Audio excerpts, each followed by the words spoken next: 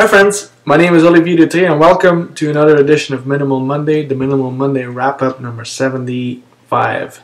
As you can see, my wife has done the laundry and our stuff is still hanging there. It's the bed sheets, so never mind that isn't there. Just pretend this is Minimal Monday and that thing isn't there. I hope you guys had all had an awesome week. We had lots of rain here. I was glad that finally the sun came out to play today because I was getting really sick and tired of all this rain. Supposed to be kind of spring, almost summer next month. Yeah, you kind of not live in Alberta, but let's start this week's wrap up with the photograph that gets my Fave of the Day award, and this week that one goes to Benoit Janssen-Reynaud and his Le Japon numéro, I believe he is at 5, number 5, numéro 5. Again, great long exposure photograph, Benoit. What I think these are fishing nets or shrimp nets or something like that. Great long exposure photograph. Again, like we talked about last week, Benoit placed the horizon in the middle. You know, that is all good. I don't have anything opposed to that because I do it myself. So great gradients. Yeah, this is a beautiful photograph. And it looks like, you know, seeing the latest work by Benoit, I believe he had a very awesome time there in Japan. A very similar image was submitted this week by Jamas Elias of what looks like some kind of fishing, I don't know what it is, construction, a whole bunch of wooden things. Wooden sticks. Again, a long exposure photograph that kind of has the same qualities as Benoit's photograph. What I like about this one is the very subtle horizon or the mountain range or hills in the background. I like that very subtle touch to it. What I kind of and this is not critique, this is just an observation. I wouldn't place those tops of those sticks so close to the horizon line. Either you going over the horizon line or stay below it. Placing them on the horizon line, my eye keeps going to that one stick to the right, the kind of third big one from the right, because it touches the horizon line and it creates kind of a tension point for me. Other viewers might not, notice this or not take objection to that. But placing stuff on your horizon line, either you do it very deliberately, or it kind of looks like almost like a mistake. So other than that, this is a good photograph that I really enjoyed. I love the light play on the water, through 2/3 of the, about in the middle, on the left side there, 1/3 from the left. The light play there around the sticks is beautiful, and there's still so much detail in this in these sticks. I really like this. This is a pretty good photograph, Jamal. Thanks for submitting this week. Now, our winner from last week, Sean Amwright, posted another killer photograph, and I was happy to see Sean submitting again. He's a really good landscape photographer, and he proves that again with this wonderful photograph of hills or mountain tops. Perfect toning,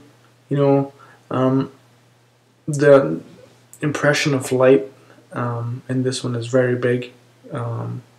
It is a very dark. It's a relatively dark piece, but still, that amount of whiteness in the clouds really makes up for that, and you rendered this image very beautifully. This is awesome photography. Thank you, Sean, again, for posting this week.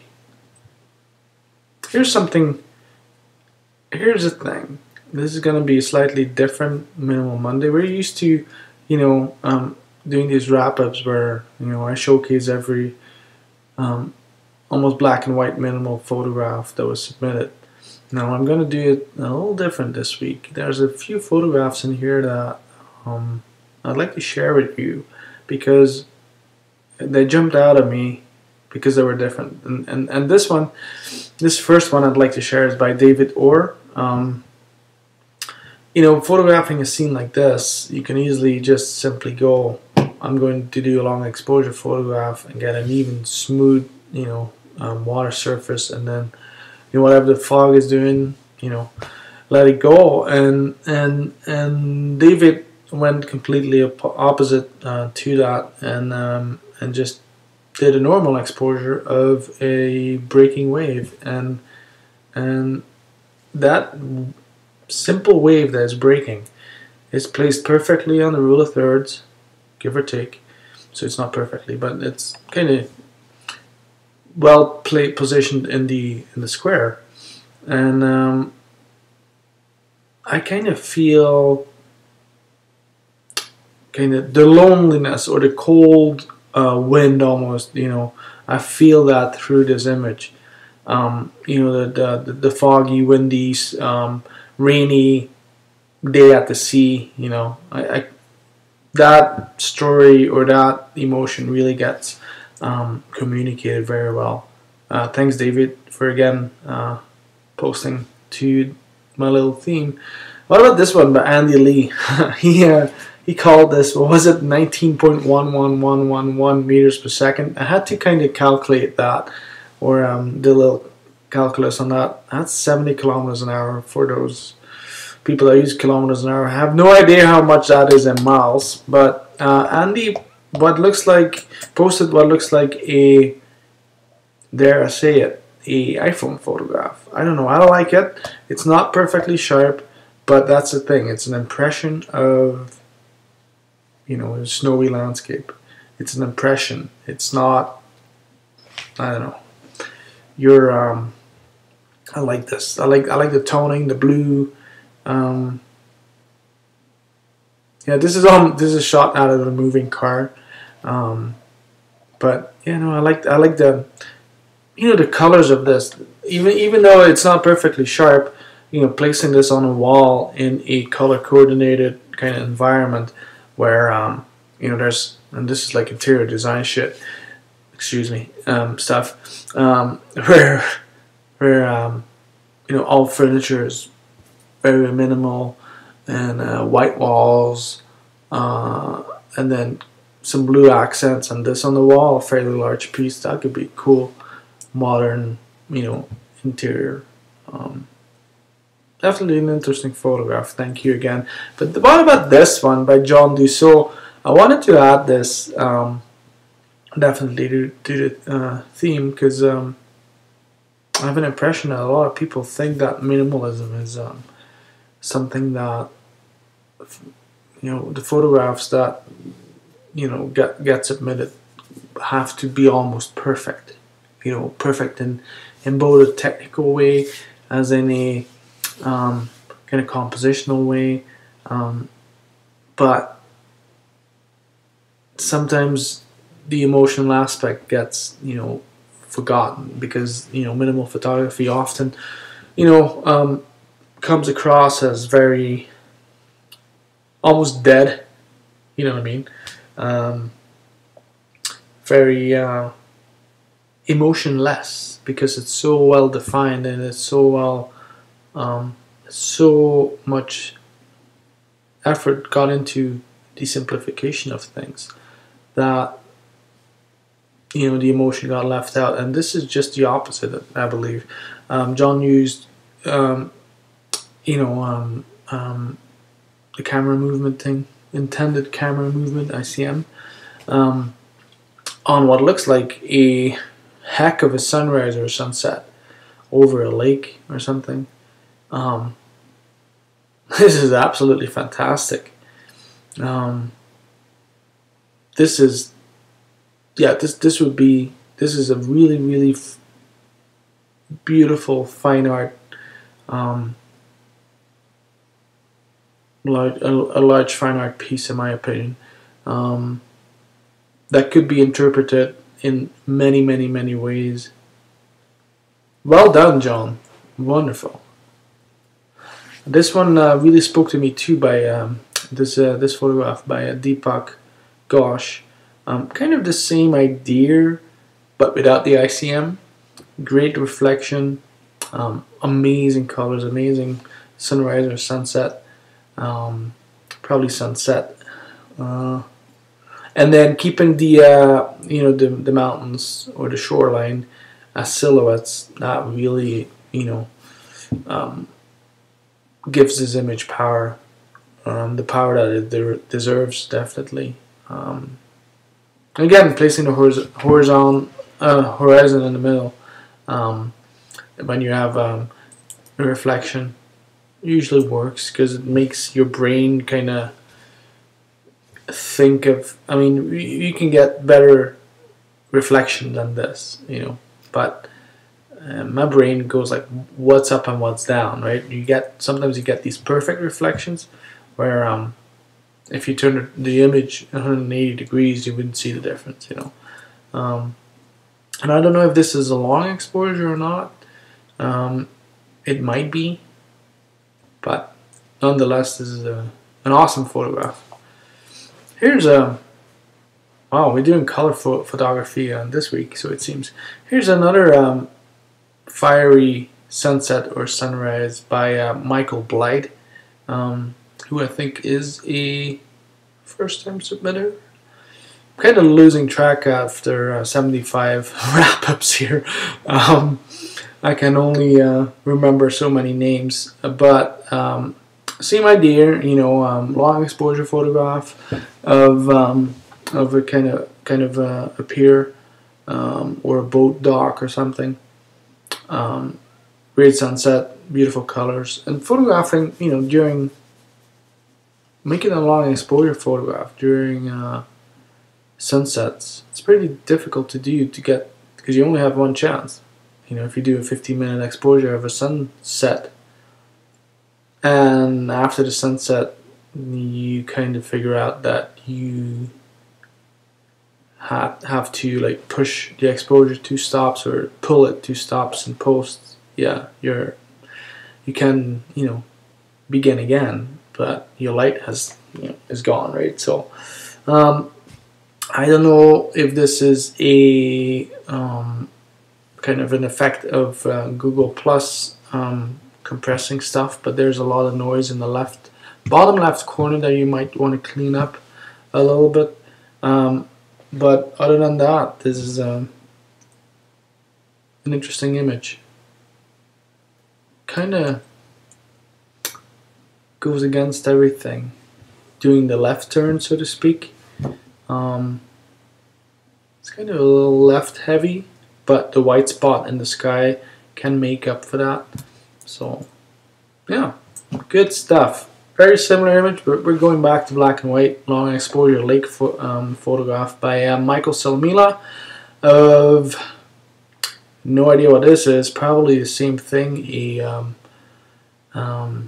Something where a boat comes to dock or something. I have no idea. There's a long pathway to a little house. Beautiful long exposure photograph. Great tonalities. Absolutely fantastic tonalities in this one, Michael. Great toning too. And as a weather geek, I love these clouds. Like they seem to lift off of the mountains in the back, and the long exposure was a really good solution to get this photograph. This is awesome. Great composition too. Rule of thirds. That house is positioned really well in the frame. Dynamic. you know, with the long exposure motion in the sky, you know, it makes a very dynamic photograph. Well done. What about this one by Chris Sukup? This is very Andy Lee-ish, or Nathan Worth-ish. A photograph of a you know, lone person on, you know, rocks by the sea. Long exposure photograph again. Interesting use of black tones in the sky to kind of draw your attention on that person, which is again placed really good in the frame.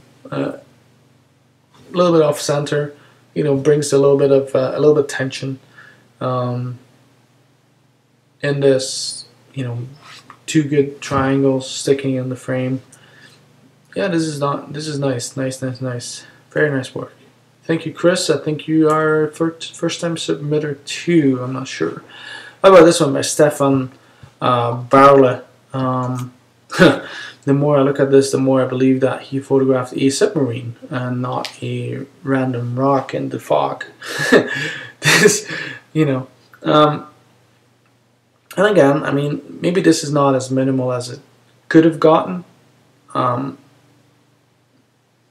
Interesting choice to include the foreground rocks. I guess the fog was so thick that, you know, photographing the submarine, so to speak, by itself would, you know, yield you a result that is not very, let's say, interesting. So the foreground rocks really anchor this image down.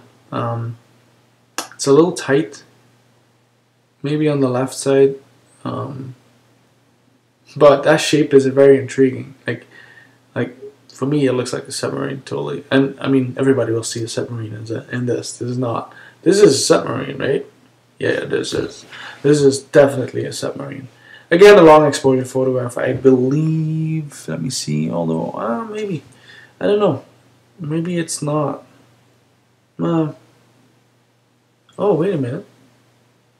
This is interesting. Now, I wonder if what I'm looking at is water on the foreground or if that is a beach. Because if you kind of look closely, you kind of could interpret, when you look at the submarine, you have kind of a weak or a very, very subtle line going a little bit going to the left and a little bit down. It almost looks like a beach shoreline, or where the, you know, where the waves crash. And we're standing on wet sand. I'm sure it's not, but that could be one interpretation. Really great detail in the dark foreground rocks too. No, this is this is a submarine, man. You found a submarine. Sweet. Again, thank you, Stefan, for submitting this week. Here's the last photograph I'm going to share with you. This is one by C.J. Schmidt. Again, a long exposure photograph of the sea with a big pier on the right side. Very dark, like a very dark image. There's still enough detail in the blacks, I think, to make this work. And I'm not too sure about this, but to me it looks like the horizon is a little down on the right side, so maybe you could check that and eventually kind of straighten that out.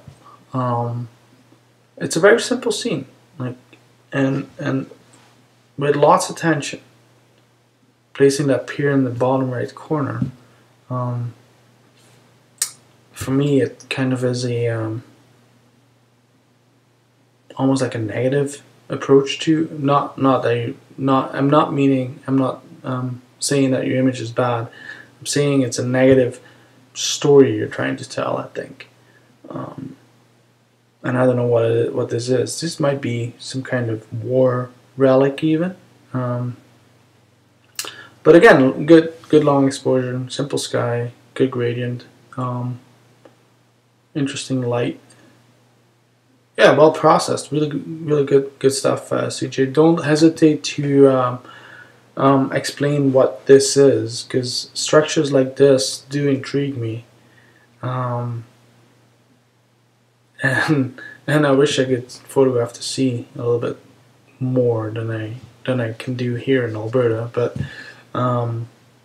yeah, no, this is a good photograph. Thank you again for submitting this one too. I think this is your first time too. Anyways, so kind of an interesting Minimal Monday this week. I'm just going over the images again, and you know, we have a little bit of everything. We have a little bit of you know, your classic minimalism with, you know, Benoit's Janssen Renault's image, and Jamal Elias his image, and then we have some really good landscape photography with Sean Onwright's image, and then some really interesting, more interpretive works by David, Andy, and John Dussault, and then again, classic color landscape photography by Deepak Ghosh, and then some interesting long exposure seascapes or waterscapes by Michael Blythe, Michael Salmila, you know, Chris Sukup, Stefan Barla, and CJ Smith. You got everything. We covered all bases this week. Anyways, I'm signing off. Thank you again for watching. I hope we have a good next week with Minimal Monday 76, and I will see you all next week. Have a great week, guys. Bye.